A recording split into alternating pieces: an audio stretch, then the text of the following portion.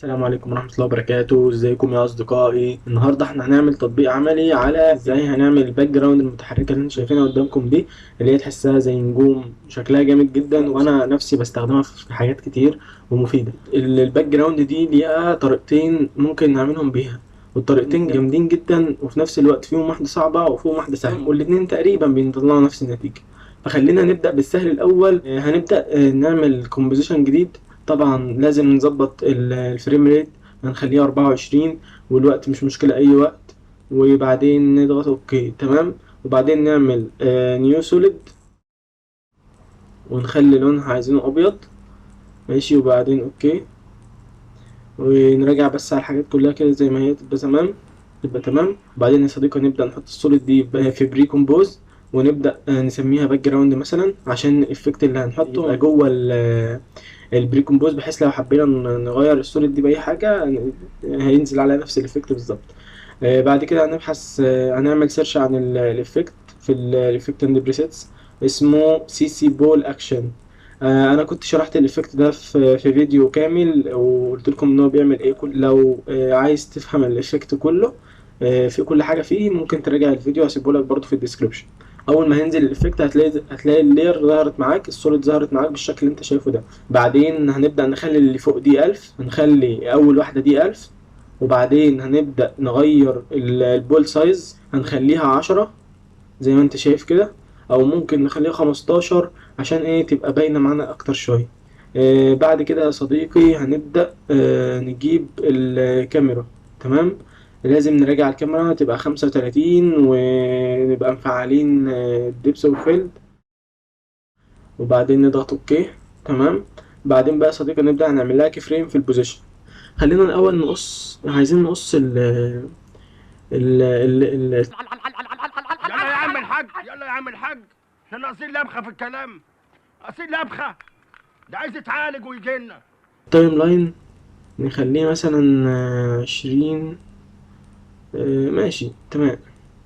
خلينا بقى نعمل كي فريم هنا، ونبدأ نعمل كي فريم في الأول، تمام. وبعدين نبدأ عايزين بقى إن الكاميرا تبقى داخلة جوه المشهد وبعدين ترجع زي ما أنت شايف يا صديقي. بس أعتقد محتاجين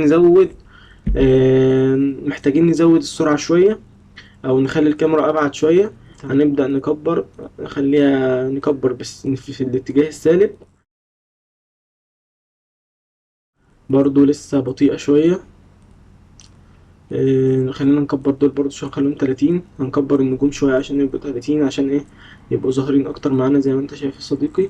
كده ظهروا اكتر وشكلهم بقى اجمل اكتر، تمام. نبدأ نعمل فت عشان نشوف اكبر. جميلة جدا. خلينا بقى ايه نحدد الكي فريم ونعمل لهم ايزي يز، وبعدين هنبدأ نيجي على الجراف اديتور ونعمل لهم بحيث ان هي تبقى سريعة سريعة اكتر في النص زي ما انت شايف كده. هتدينا الحركة بالشكل ده. جامد جدا يا صديقي، جميلة جدا، عاش. دلوقتي احنا عملنا كده خلاص الباك جراوند المتحركة زي ما انت شايف. عايزين بس نغير لونها عشان يبقى لونها ايه، تحسه ذهبي اكتر او ازرق او اصفر. فهنبدأ نحدد السوليد الاول، وبعدين نحدد لاير، وبعدين سوليد سيتنج، وبعدين نغير اللون من هنا نخليه مثلا برتقاني. طبعا انت ممكن تغير اللون زي ما انت عايز لأي لون. يعني لو بصيت كده على النجوم زي ما انت شايف لونها بيتغير كل ما تغير اللون لأي لون انت ممكن تحتاجه. لو غيرت اللون السوليد اللون النجوم بيتغير. هنخليها برتقاني شوية أكتر، أيوة تمام، فل كده زي ما انت شايف يا صديقي. شوف بقى شكلها عامل ازاي بقى معانا، شكلها جامد جدا، جامد جدا.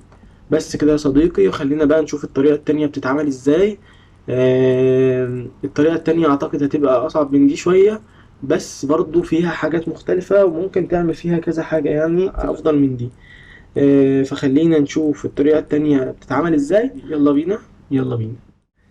اول حاجة هنبدأ نظبط بس الفريم ريت، طبعا زي ما قلنا في الفيديو الاولاني. وهنعمل برضو سوليد، تمام. كده احنا ماشيين لسه زي ما احنا.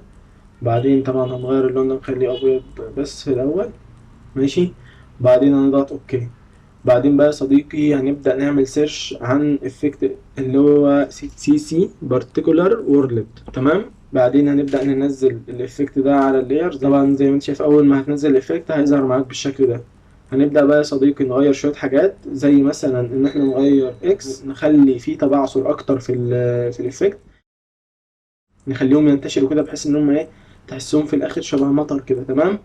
بعدين احنا هنبدأ نغير كل حاجة دلوقتي. هنبدأ نظبط بس برضو الزد بحيث ان هي ايه، يبقوا داخلين في الشاشة اكتر مش نازلين لتحت. بعدين بعد كده هنظبط بقى في الفيزيكس شوية حاجات.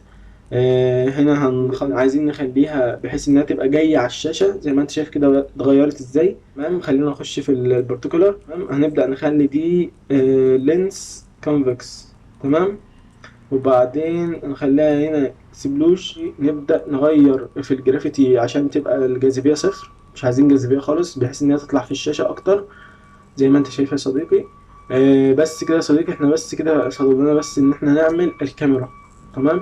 هنبدأ نجيب الكاميرا وبرضه هنراجع على الحاجة بتاعتها برضه متنساش، وبرضه الانيبل. تمام اوكي. بعد كده هنبدأ نعمل خلينا بس نقص التايم لاين الأول، عايزينه 10 ثواني بس.